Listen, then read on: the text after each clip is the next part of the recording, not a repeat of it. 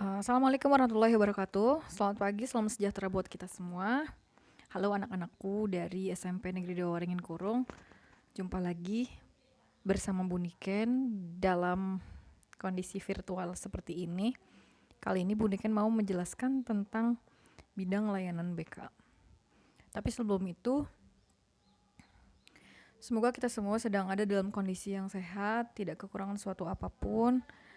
Semoga pandemi ini juga cepat berakhir sehingga kita bisa tatap muka di kelas.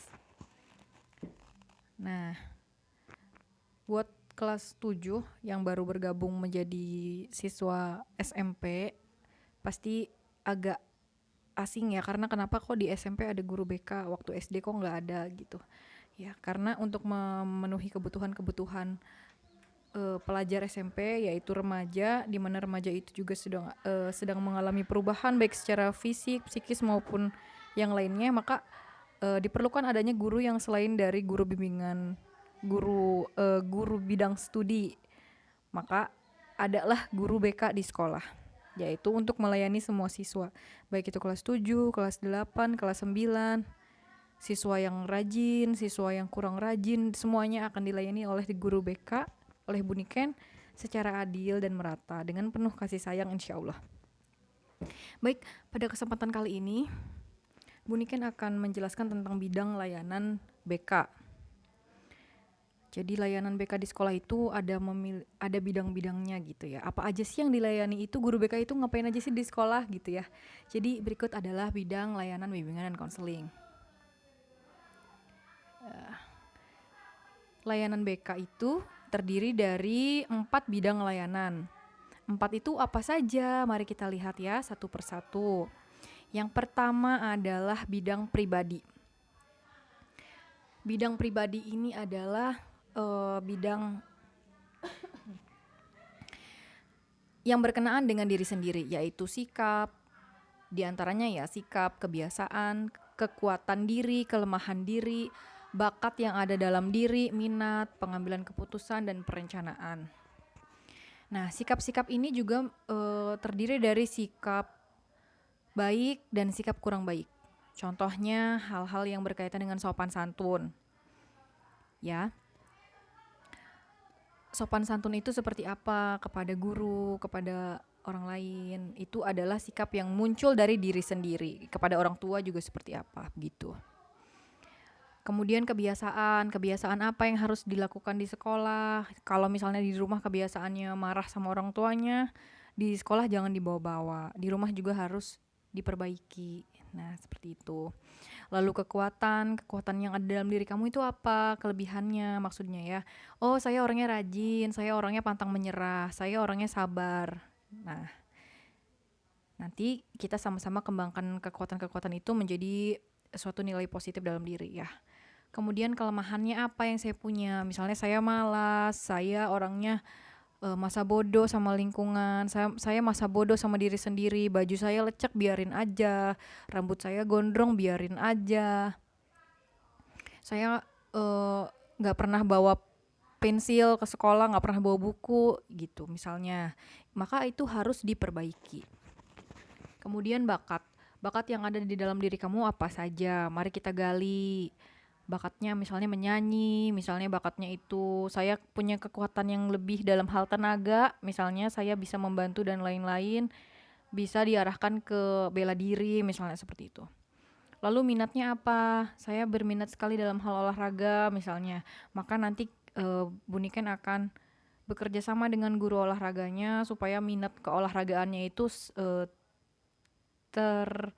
tercapai gitu ya. Semuanya bisa dilakukan secara optimal. Lalu pengambilan keputusan.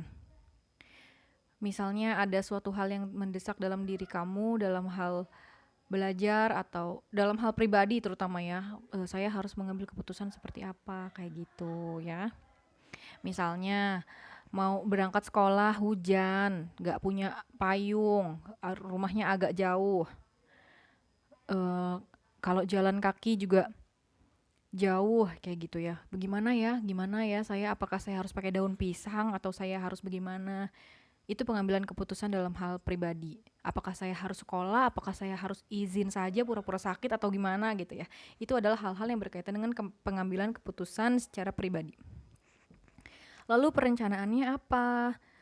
Saya mau jadi apa gitu, nantinya merencanakan apa untuk masa depan saya secara pribadi. Apakah saya gini-gini aja, udah saya mau orangnya kayak gini aja, pasrah aja, biarin gitu. Atau saya harus berkembang. Nah, itu adalah bidang layanan pribadi. Semua aspek-aspek pribadi akan dibantu dikembangkan secara optimal oleh BK di sekolah. Yang kedua adalah sosial. Sosial ini berkaitan dengan komunikasi, baik lisan dan tulisan. Sekarang kan lagi zamannya pandemi kayak gini ya. Apa-apa tuh pasti WA, pasti telepon gitu ya. Sikap Anda sebagai siswa ketika mengetik WA misalnya sama guru itu gimana? Pakai assalamualaikum atau cuman P aja depannya, P gitu kan, lagi musimnya kayak gitu ya. Sopan nggak kayak gitu sama bu guru gitu kan? Itu nanti akan diajari, akan kita sama-sama berdiskusi gimana sih baiknya kalau berkomunikasi by WA gitu sama bu guru itu gimana gitu ya. Itu secara tulisan. Kalau secara lisan, cara berbicara kalian sebagai siswa kepada guru, kepada orang tua, kepada sesama teman itu seperti apa kayak gitu. Apakah kalau sama guru harus ngotot, kalau sama temen harus kayak gimana gitu ya. Kan pasti kalian juga sebenarnya tahu ya, secara teori pasti kalian tahu, oh kalau ngomong itu harus sopan, harus gimana gitu. Kemudian tingkah laku di lingkungan. Contohnya tingkah laku di lingkungan itu kalau bawa motor nih, kan anak SMP sebenarnya belum boleh bawa motor ya, belum punya SIM.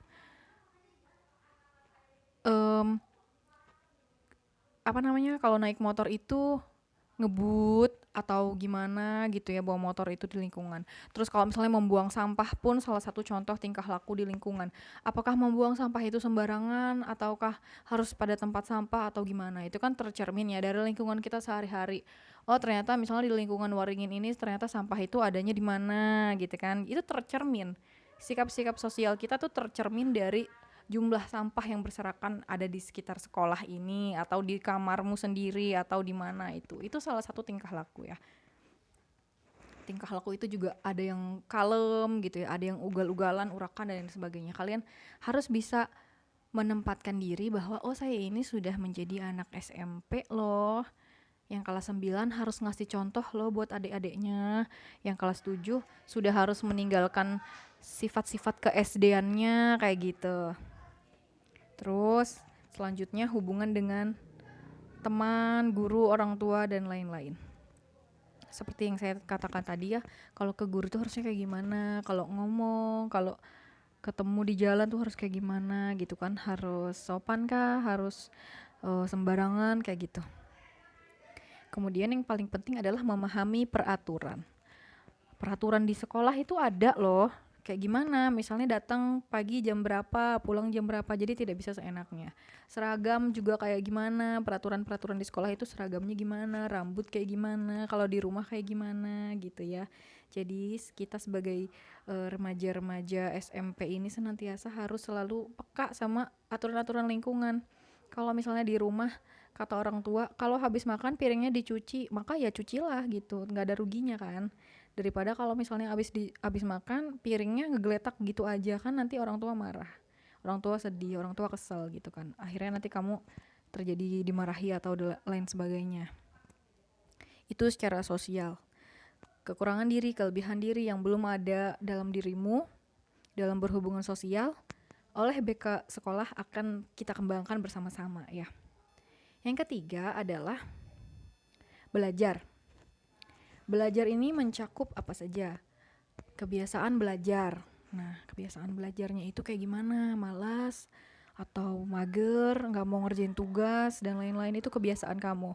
Atau kalau misalnya saya kebiasaan belajarnya pingin sambil nyanyi-nyanyi, oh nggak masalah. Tapi di rumah ya, kalau di sekolah nyanyi-nyanyi sambil belajar kan mengganggu.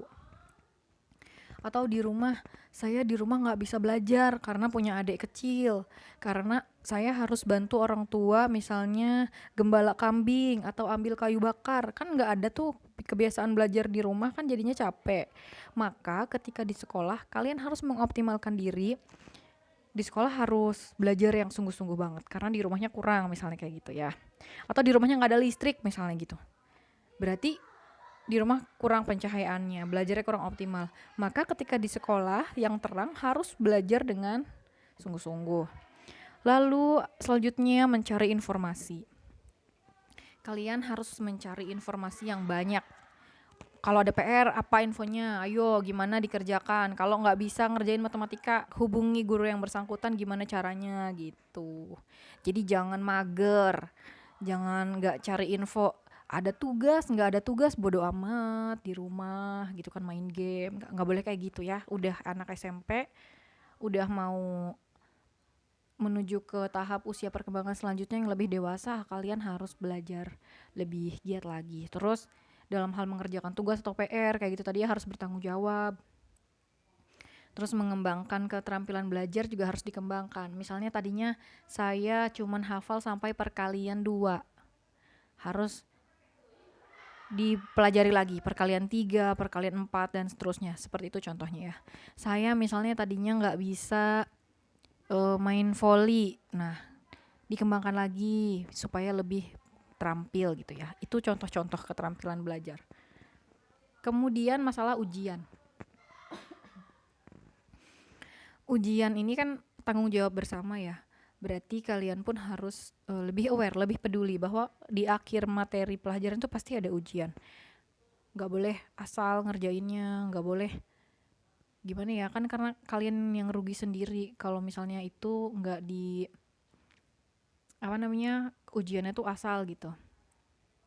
Terus harus selalu latihan. Untuk mencapai nilai ujian yang baik harus latihan. Latihan secara mandiri ataupun kelompok kayak gitu ya. Melakukan pemantapan dan orientasi pada pendidikan yang lebih tinggi. Bahwa setelah pendidikan SMP ini ada masih loh SMA atau aliyah atau SMK dan lain-lain, seterusnya kuliah dan lain-lain gitu ya. Kalian harus lebih terpacu semangat belajarnya bahwa setelah lulus SMP ini saya mau ngapain ya? Saya harus sekolah di mana ya setelah ini kayak gitu. Nah, dengan bimbingan konseling, mari kita sama-sama belajar lebih giat supaya kalian bisa sekolah ke jenjang yang lebih tinggi, yang lebih baik. Untuk apa? Untuk kebaikan kalian sendiri dan keluarga kalian tentunya. Yang terakhir adalah bidang layanan karir. Bidang layanan karir meliputi mengenal minat dan bakat, peminatan penjurusan, dan mencari informasi karir dan cita-cita. Masih berhubungan dengan hal-hal yang tadi saya sampaikan. Mengenal minat dan bakat itu ada di dalam aspek pribadi ya, tapi itu juga akan berurusan dengan karir. Kalau kamu senang bicara gitu ya, senang bicara, menjual-jual barang gitu kan, berarti kamu bisa loh jadi pedagang, jadi pengusaha, ya kan? Tapi kamu kelemahannya gitu ya, misalnya saya pemalu, gimana dong kalau jualan tapi saya malu gimana? Nah, itu akan kita latih bersama-sama supaya menjadi peluang karir yang baik. Lalu peminatan penjurusan, terutama kelas 9 yang mau masuk ke SMA atau SMK, mau masuk ke jurusan apa? Mari kita cari bersama-sama, kamu minatnya apa? Mau masuk jurusan apa? IPA, IPS atau bahasa, atau ke SMK yang lain-lain, perkantoran, perhotelan dan lain-lain kayak gitu ya. Dan tentu jangan malas mencari informasi karir. Jangan malas. Ya, harus tetap semangat. Misalnya ngelihat teman kayak gini, oh saya juga mau ikutan. Gak apa-apa dicoba aja ikutan kayak gitu. Tapi sesuai nggak itu sama minat kamu, sama bakat kamu gitu ya. Jadi jangan asal ikut-ikutan. Mencari informasi itu tidak harus selalu ikut-ikutan ya. Harus menggali secara sendiri. BK akan membantu itu semua. Supaya apa? Supaya cita-citamu itu nanti tercapai. Goals dari semuanya ini adalah cita-citanya tercapai. Kalian menjadi siswa dan siswa yang mampu mencapai cita-citanya. Seperti itu. Ya, baik. Demikian saja yang dapat Bunikan sampaikan dalam pertemuan kali ini. Mudah-mudahan kalian semua dapat memahami. Apabila ada yang kurang paham, mari kita sama-sama berdiskusi nanti di sekolah ya. Atau boleh chat WA secara langsung kepada Bunikan. Baik, itu saja yang dapat saya sampaikan pada pertemuan kali ini. Mohon maaf atas segala kekurangannya. Wabillahi taufiq wal hidayah. Wassalamualaikum warahmatullahi wabarakatuh.